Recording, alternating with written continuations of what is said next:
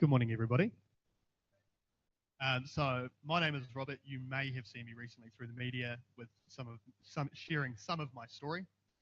Beside me here, we also have Rochelle, whose story has also been told in the media recently, and her youngest daughter, Darcy.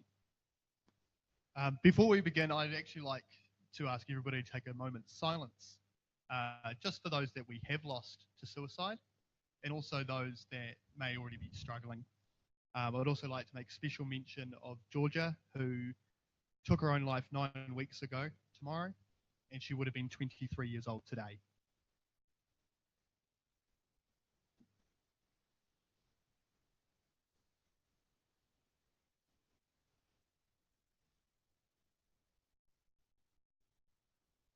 Thank you, everybody. Now I'm going to ask Rochelle, who's going to share some of her story and how the mental health system, due to its lack of funding and resourcing, has let her down throughout some of her life. Rochelle. Hi guys, my name's Rochelle. I'm a young solo mum, and unfortunately the DHB didn't really take to my needs as what I needed. I tried committing suicide quite a few times, especially when I was younger. The most recent ones were, even though I had children, I still didn't feel like I was good enough for life. I felt like I could not do what my kids needed me to do. So I tried taking my own life. Even the police department didn't take it seriously. They dragged me out of the bath that I was in. They pretty much just threw me into the ambulance and just said, just another one of these options, another one of these kids that just does this thing. Went up to the Christchurch hospital and spent probably 15, 20 minutes there, and I had cuts all over my body. They checked them over and said I'm good to go home, and went home with a few friends. And then within half an hour later, I tried committing suicide again. Luckily, I didn't succeed. I had a friend there that actually did care. Just last year, I lost a baby, and then I got really, really depressed, and I felt like I had no one around me, and I thought, I wanted to end everything again. Even though I had my other children, as I said earlier, I thought they were better off without me. So I said to Rob, I wanted to commit suicide. Now, he was very, very helpful, and, we had a battle within 2 hours of him trying to stop me to go out the door, which ended up with my arm through the window, but hey. We went up to the hospital and they gave me a sedative, and that sedative was to try and calm me down because I just didn't want to be there. Now, I managed to escape through the hospital out the emergency ambulance bay. No one followed me. No one cared. So I had Rob and a few other friends and a family member of mine actually drag me back. I got back and they had put me into the assessment unit, and I only really got to see them and talk for a little bit. She won't with people. So I got seen, and all they did was give me 3 pamphlets and said, take your pick on what you want to do. And they never followed up with that. So I was a bit disappointed. If I didn't have Rob and the friends that I had, I wouldn't have gotten as far as what I have come now. So thank you guys for listening to my story.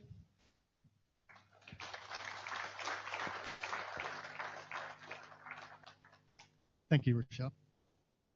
So I want to share a wee bit of my story as well, which happened a few years prior to Rochelle's. After the birth of my son, me and my son's mother separated. And after that, I started to spiral downwards. Basically, I ended up living off a diet of alcohol, pizza, and cigarettes. And that was my diet. Then one night, I'm not even sure how I ended up at that point, but I remember walking out to go outside to have a cigarette, and I had just been cutting up my pizza, so I had my knife in my hand, and there I sat for the next 5 hours on my back deck, basically screaming within myself that if I'm meant to be here, give me a reason. Show me a reason that I'm supposed to be here. I was ignoring pretty much every text, every phone call that I was getting from friends, because as far as I was concerned, I was just burdening them with how I was feeling. Now, difference being is leading up to that point, I didn't isolate myself. I was actually the exact opposite. I was constantly surrounding myself with people so that I was constantly distracted. But that night, obviously, I was by myself. A friend of mine became worried at the fact that I wasn't responding to the texts or phone calls, which was unusual because me and him usually went out on that night. He turned up to my flat, knocked on the front door, no answer.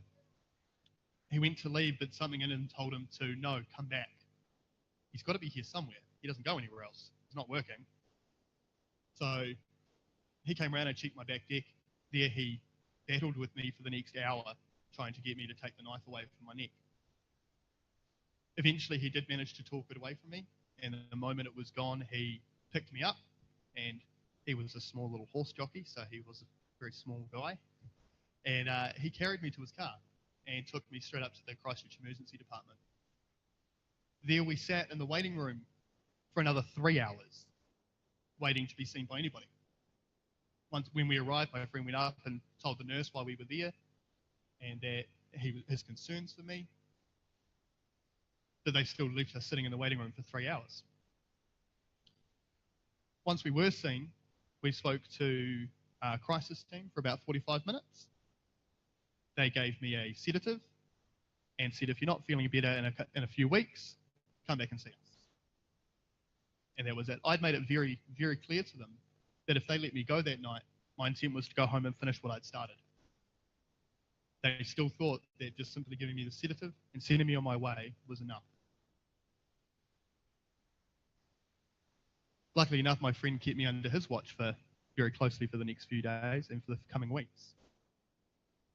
Following on from that, once I then reached out to my GP for help, she managed to, with a bit of pressure from me and my family, get myself some counselling sessions, 3 of them. And then luckily enough, I was able then to start talking to my friends and family about what I was going through and able to actually overcome that.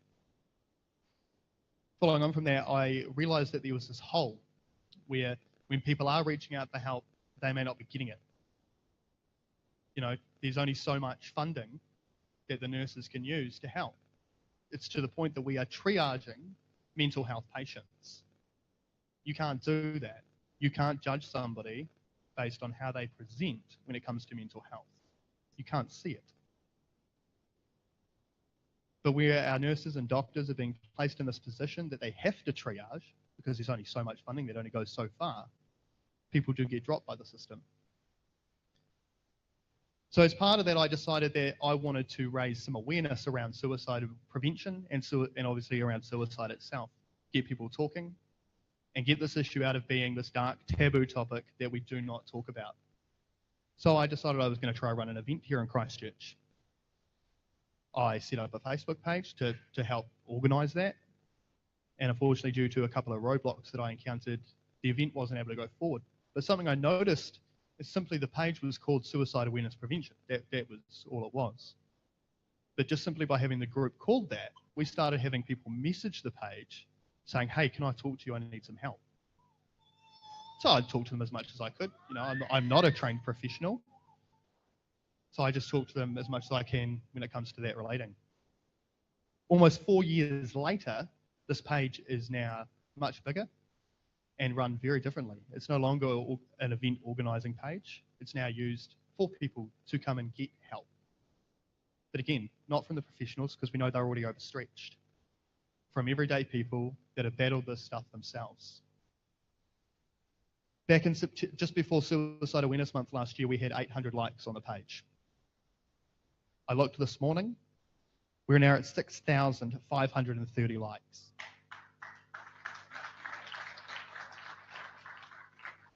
This is spread across 45 countries. We get roughly, on average, 100 new likes a week.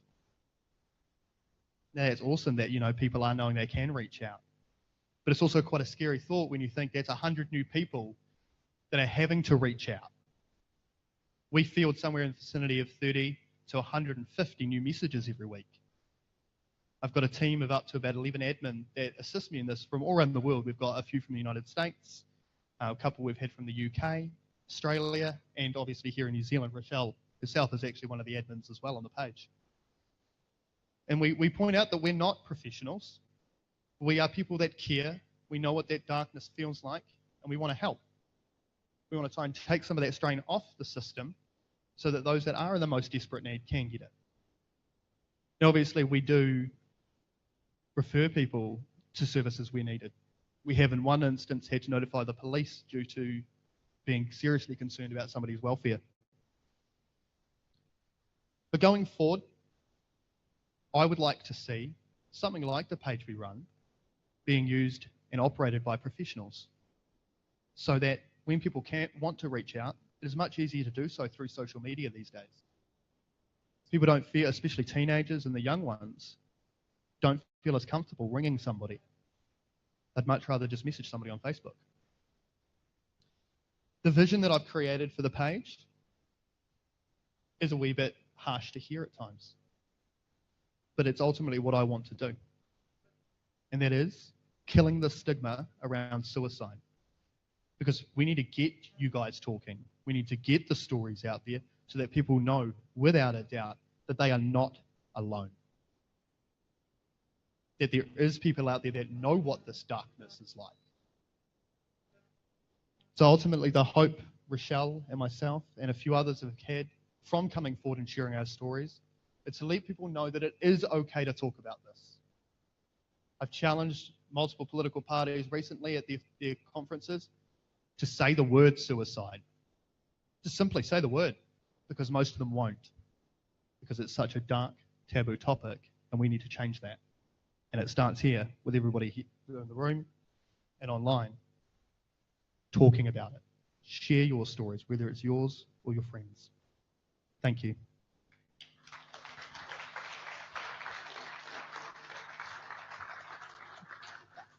Thank you, Rob and Rochelle, for coming along today, and thank you for your bravery.